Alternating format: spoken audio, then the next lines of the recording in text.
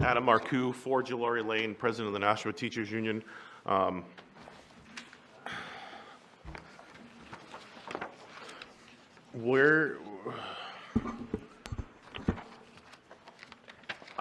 going to leave tonight more depressed than I was when I came in and we won the Super Bowl Sunday night. These numbers in both special ed and ELL are staggering.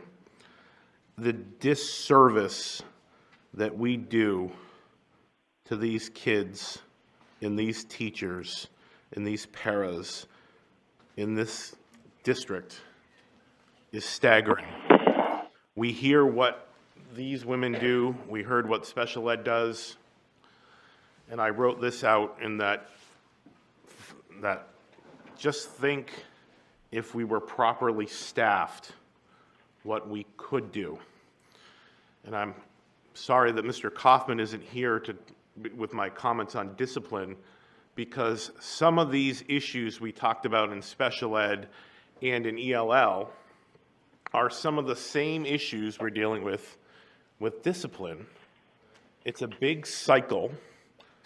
And if they're properly engaged, and please understand, I'm not criticizing a teacher or a para or any instructional person dealing with 70 kids to one teacher, 165 to 2 teachers.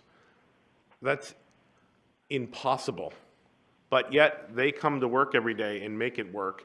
Then they go home and they continue to make it work. During the meeting, I post the information for the membership and I get emails, and I got an email that said, if we add, something's got to go from the budget. What are you going to take away from the budget? To add, I was saying 20 ELL teachers in the background. I'm trying. Sorry, Dan.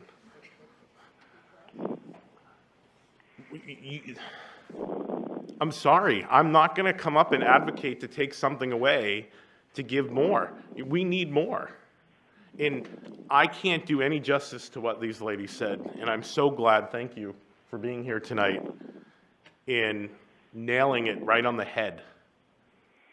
Our budget is big, but it doesn't meet the needs of our demographics that have changed in the last 10, 15 years. They talk about general ed classroom teachers without any ELL training and still having those students. That was me, teaching 5th grade. I had a student that came in at the end of 4th grade from an African country, limited proficiency in English, spoke very little. As Mr. Chopa said, offered services to Mount Pleasant. Could have been yours, Mrs. Porter.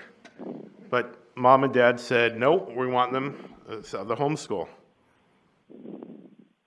What am I supposed to do? I have to educate the child. I don't have an ELL teacher to help me, so I call Mount Pleasant, and Carolyn Bork is great. She's one of the teachers over there and helped me, but she's at Mount Pleasant with her kids. And this goes to what Mrs. Bagley asked for the speech-language pathologist to support the kids in the charter schools, which we're legally obligated to do. We're pulling someone from one of our schools to do what we're obligated to do because we don't have enough to cover that. But we don't have enough to cover our own kids. We're not going to solve all of this in one budget. And I like Dr. Mosley's budget. There's nothing to argue with, other than that we need more people in the budget, Dr. Mosley. I'm sorry. Unless you live it every day, you don't understand what we're saying. In the public, it looks like we're complaining. We don't have enough. You only work 184 days. Shut up and do your job.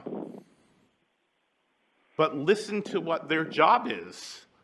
And then we'll bring the special ed teachers in, and the school psychologist, and the speech-language pathologist, and then I'll line up the para-educators and the general ed teachers, and we'll run through. Because we don't have what we need to do our jobs the way we're supposed to, and then we're criticized because our test scores are so poor. Well, guess what? When they're limited proficient in English and they have to take the stupid test on the computer that they don't know how to use, well, Let's put the pieces together and understand some of these complex things, right?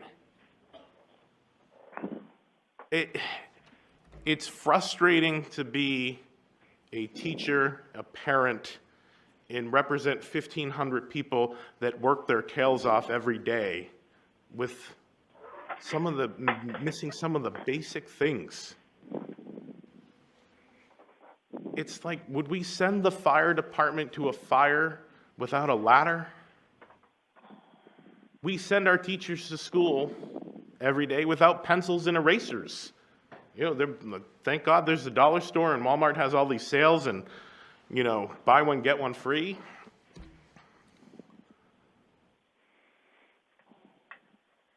I'm frustrated as you are frustrated because there's never enough.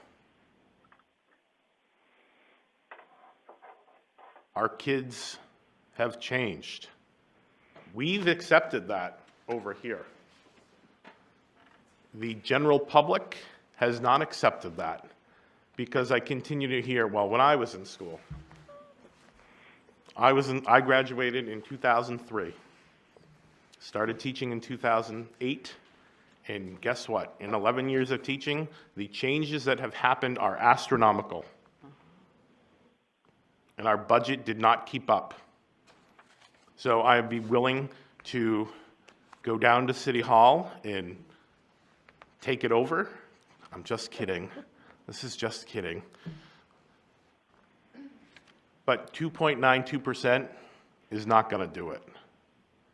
3.29% isn't going to do it. And I know there's Board of Aldermen watching, and they're cringing as I increase the number, but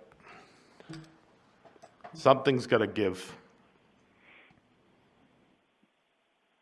And I hope that the budget that goes from here to the city is not 2.29%. I hope it's more. And I know Mr. Donovan's having some sort of attack now as I increase the budget. It's probably a good thing that I don't run the budget because we'd have no money. It's very good. It is. Please, what other, I'm gonna ask a question. You can answer it if you want. You're gonna answer. What else can we bring to you to show what we need? I can bring more of my friends with me.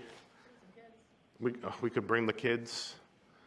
Like, the sad part is a parent commented on one of those posts that is frightened that her child is starting next year. And they shouldn't be. I'm proud as a dad to have a child at Elm Street in Maine Dunstable and will be going to South and is part of this district, and I'm proud to work here. But I live it every day. I know what my colleagues do every day, and it's comfortable. But when if you're brand new and you see numbers like we're talking, and you're like, should I come here or are my kids going there? They don't know.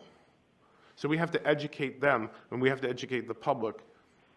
So whatever we can do to help you educate them, you have my number. Thank you.